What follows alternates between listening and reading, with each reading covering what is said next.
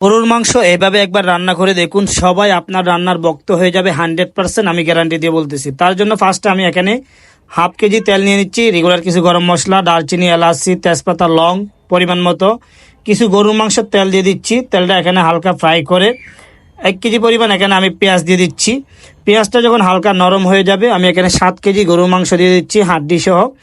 মাংসটা এখানে মিনিমাম 20% সিদ্ধ করে নিব। যখন মাংস থেকে একটু একটু পানি ছেড়ে দিবে তখন আপনি এখানে দিয়ে দিবেন হাফ কেজি টমেটো, আমি এখানে ব্লেন্ডারে পেস্ট করে দিয়ে দিচ্ছি।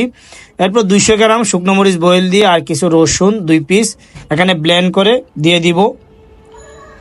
এগুলি দিয়ে আর একটু নাড়াচাড়া করে সুন্দর করে 3-4 মিনিট ভালোভাবে ভুনা করে নিতে হবে, যেন সবগুলো ইনগ্রিডিয়েন্টস মাংসের মধ্যে ভালো মতো ঢুকে। 6-7 মিনিট আমি এইটি ভুনা করার পরে আমি এখানে দিয়ে দিচ্ছি স্বাদ মতো লবণ। আপনারা পরিমাণ মতো লবণ দিয়ে দিবেন। 1 টেবিল স্পুন হলুদের গুঁড়া, 2 টেবিল স্পুন ধনিয়ার গুঁড়া, 2 টেবিল স্পুন জিরার গুঁড়া দিয়ে দিচ্ছি। 1 টেবিল স্পুন একটু কম আমি মিক্স গরম মশলা দিয়ে দিচ্ছি, এটা রেসিপি আমার পেজে দেওয়া আছে। 2 টেবিল স্পুন একটু বেশি কাশ্মীরি চিলি দিয়ে মাংসটা আমি সুন্দর করে নাড়াচাড়া করে নিচ্ছি। হালকা আদা পেস্ট দিয়ে দিচ্ছি 50 গ্রাম মতো। এরপরে মাংসটা আমি সিদ্ধ করে নিব 80%। দেখতে পাচ্ছেন মাংসটা যখন এরকম সিদ্ধ হয়ে যাবে, মাংস থেকে যখন তেল বের হয়ে যাবে তখন আপনি মাংসটা উঠিয়ে নেবেন। অবশ্যই বাসায় ট্রাই করবেন। আল্লাহ হাফেজ।